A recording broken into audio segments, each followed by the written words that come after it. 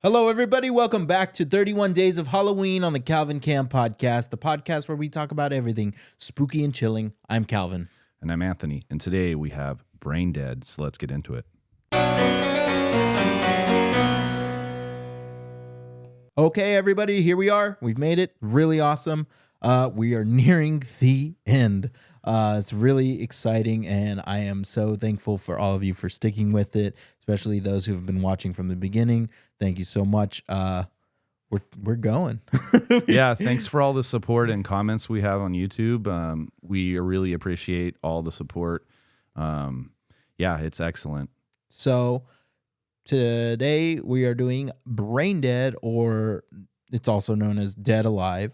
And before we get into today's episode, just a quick reminder, like I usually do, hit that like and subscribe button on YouTube, or follow us on all our socials, and give us a follow on Spotify or Apple Podcasts. Like, rate us, help us out, help us grow, help us get better, help us get bigger. And don't forget to go over to patreon.com and support us there. That's probably the best place to support us. Like I said, we have 3 different tiers to choose from, and you get so many good benefits from those tiers. So please go over there, check that out. Really help us out, go a long way. But let's get into today's episode, Braindead. So take it away, Anthony, with a little description of Braindead. Okay, Braindead is also known as Dead Alive in North America. I guess it's because the UK or whatnot. It's a 1992 New Zealand zombie comedy splatter film directed by Peter Jackson, produced by Jim Booth, and written by Stephen Sinclair.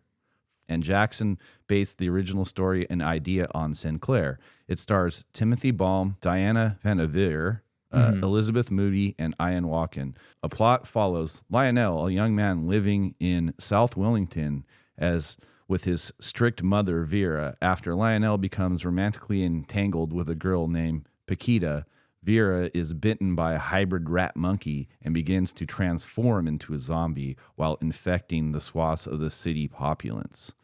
I love that. I love the description because it's just like, for one, not only is it dead on, but like it is just, that is as wacky as this movie is. Like, yeah, rat monkey. Yeah, and the way the movie starts out, like you have the 2 explorers coming through, and then they get attacked by the primitive people out. Yeah, and they try to take it away, and then the guy's running with it. He's got the monkey in the cage, and then it's really in the Jeep. Funny. They're in the Jeep, yeah, and the music is so suspenseful in this movie as we're doing it. It's funny too. And they're running in the Jeep, and then the monkey somehow bites the guy, and then all the guys are looking at him, and there's a great shot of him looking at him. And he's like, something. I forget. He says he's infected, and then they basically hack his arm off, and then they saw that he was bitten like 4 other places, and the one at the end is in the head, so they kill him. So it starts off like that, and then but they continue to take the monkey and ship him out, even though they know that the legend is bad. It's really funny. I love that it opens on I thought this was really unique watching this, that it opens on Skull Island because that's King Kong.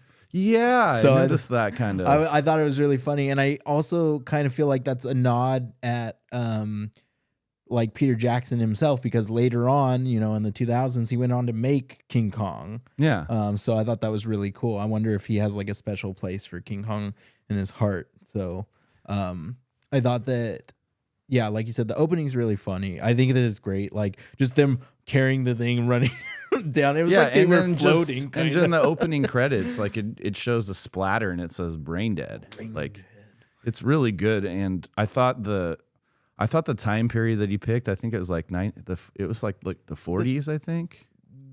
I don't know. I must have missed it. Yeah. It was around the 40s, and I liked the whole opening sequence of the credits. He had the trolley cars moving, and just this whole feel, and the music the tone of the film was like really, really grounded, and it started off really, really engaging, with we get Lionel and we get what's her name? Makita. Yeah. Makita looks like Makita wants to find romance, and her mom's like she's basically a fortune teller. She's a fortune teller, yeah.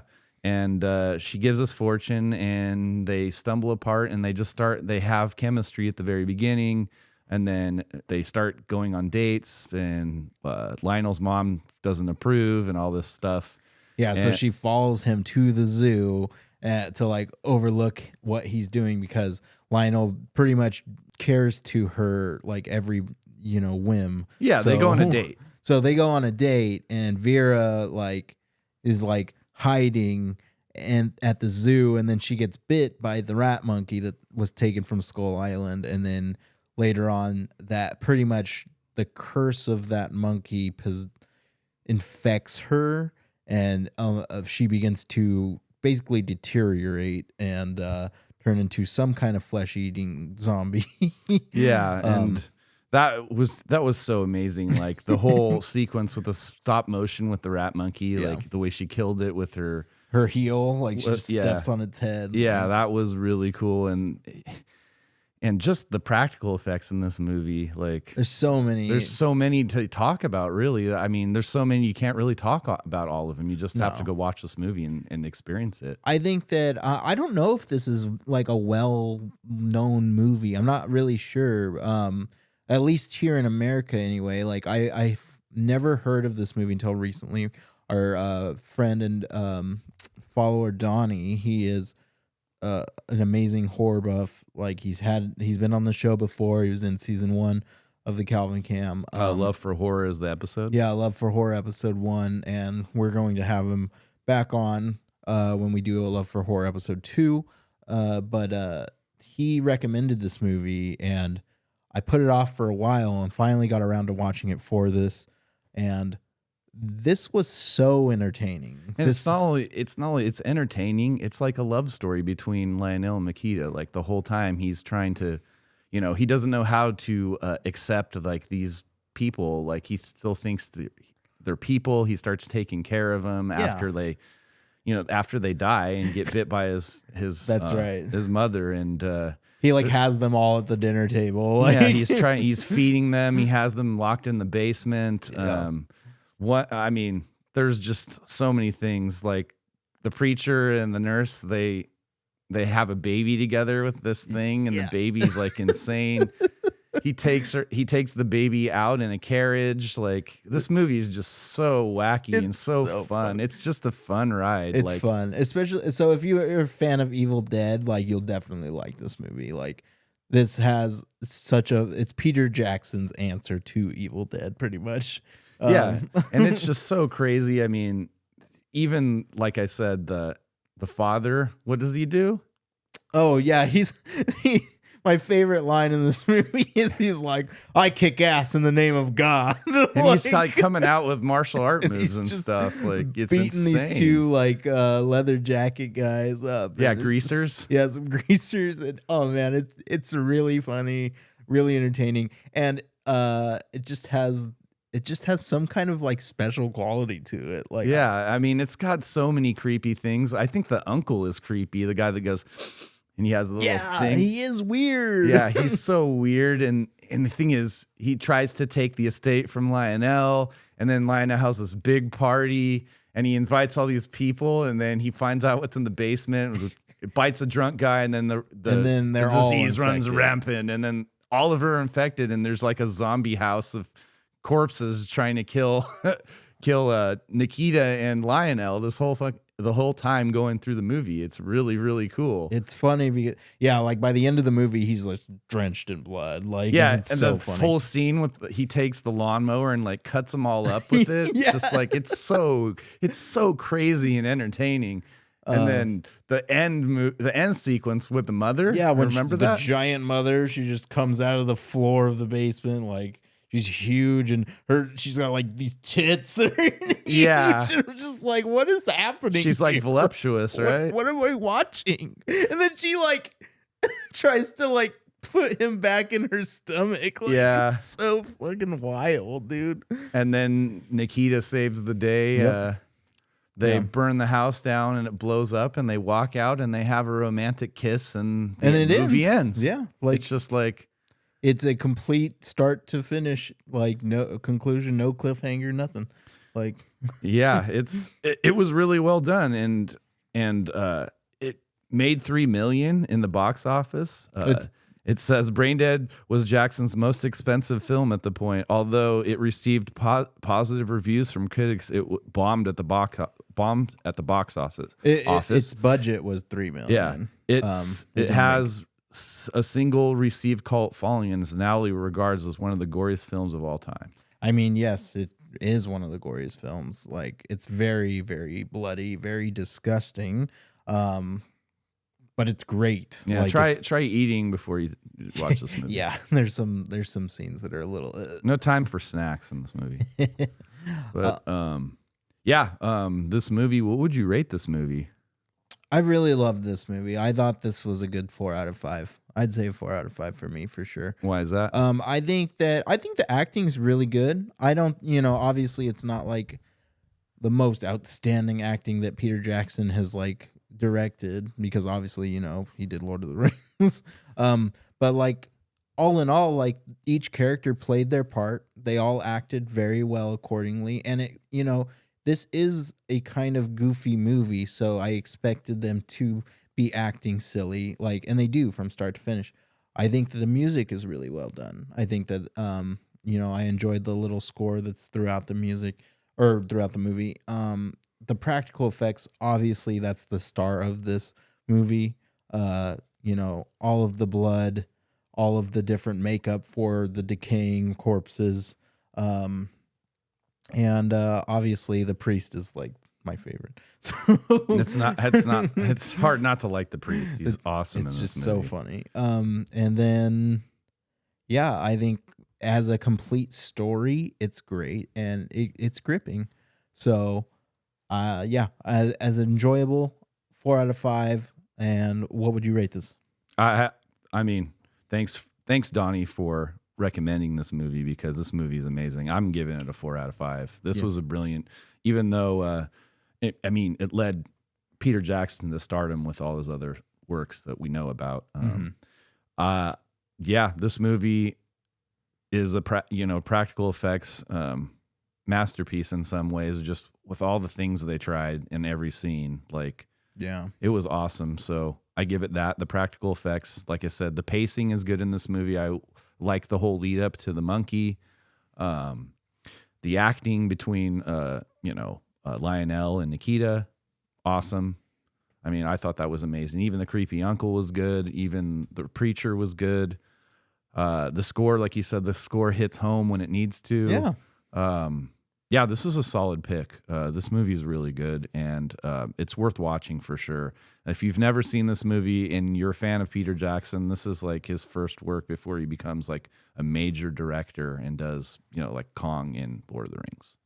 Yeah. So definitely go check it out.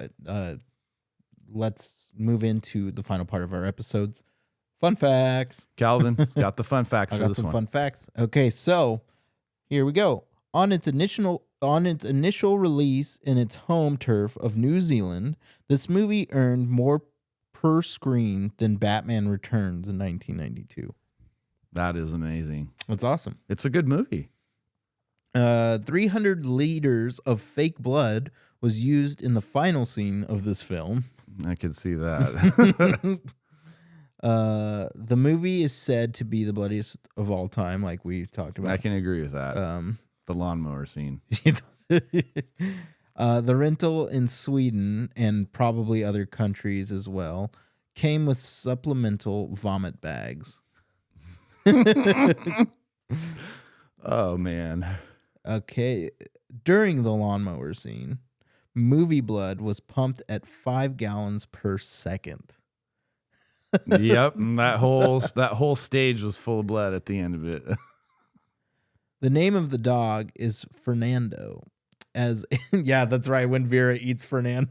The name of the dog is Fernando as a tribute to director Fernando Trueba, because it was one of his films where Sir Peter Jackson first saw Diana Penalver Prakita. I'm sorry. He's getting better with names. I am getting better with names. I'm bad too, but I'll get better as well. Peter Jackson paid homage to this film in his version of King Kong. During a scene in the boat, you can see a crate with the words "Sumatran rat monkey" clearly shown on the side. That is cool. So, I didn't notice that at all. I haven't seen that movie in a while. I haven't seen that movie in a while, and it's a good movie too. As of 2015, this film has not been released on DVD in New Zealand. Why not? I don't know. Let's see. Lionel's symbol in the tarot card deck is the Black Armored Knight. When he first meets Paquita, he tries to buy some Black Knight licorice. I didn't see that. It rolls out. I did catch that. Oh, you did? Yeah, like when he knocks over the stuff on the counter, like it says Black Knight, and the licorice pulls out of it. That is cool. The Hungarian title means like cool. In Hungary, this word is made up by adding two words, dead and good, together. This movie was shot in 11 weeks. That's pretty short. That's pretty short, and for all the practicality that took place in this film, they did a really good job, I think. The U.S. trailer was narrated by Percy Rodriguez. So, for those of you who do not know Percy Rodriguez, he was in Star Trek, also Planet of the Apes. Cool, I did not know that. Yeah, Planet of the Apes. He was Aboro. I forget. But he was only in like a couple of episodes. And he was also in what it says is the 1966 Mission Impossible series. Oh, really? That's cool. So the cool old nods, you know. Yeah. But yeah, that's all the fun facts we got. Thank you everyone for watching this episode. Go watch Braindead or Dead Alive, because it's worth your time. It's a good movie. Yes, it's a very good movie. Thank you again, Donnie, so much for the recommendation. Loved it. So we will catch everybody next time. Yeah, take care, everyone, and have a good night, and we'll see you on the flip side. All right, bye. Thank you all so much for watching the Calvin Cam podcast. You can find us on any social media platforms like Instagram or Twitter. Go check our podcast out on Spotify, Apple Podcasts, Google Podcasts, or Amazon Music. We also have YouTube channel, the Calvin Cam. Go over there, hit that like and subscribe button, and follow us there. As well as you can now really support us on Patreon.com. It's probably the best place to support us. So you can go there, join one of our 3 tiers, and help us get bigger and better, and we will appreciate you every step of the way. Thank you all so much for watching. Have a good night.